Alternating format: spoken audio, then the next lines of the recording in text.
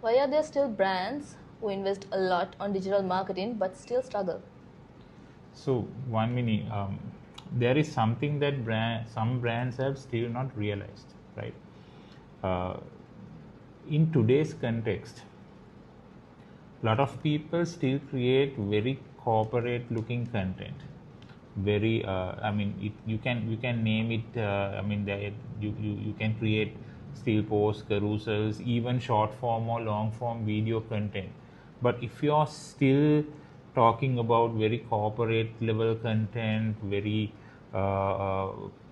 polished content, see that there is a little bit of a disparity between what people are trying to consume on social media and what brands are trying to deliver. So if you think about what audiences need or what audiences are looking for, they are basically treating social media as a platform for, like, to escape from real life, to enjoy, to relax, right? So that is why you need to create content that your consumer would like to see. This is where more humanized form of content now come into play.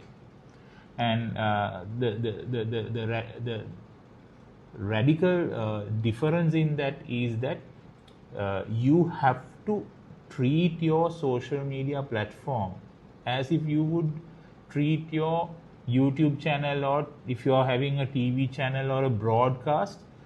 Everything you do would be to gain followers, to gain viewers, right? To grab attention. You have to think about your own content in the same way.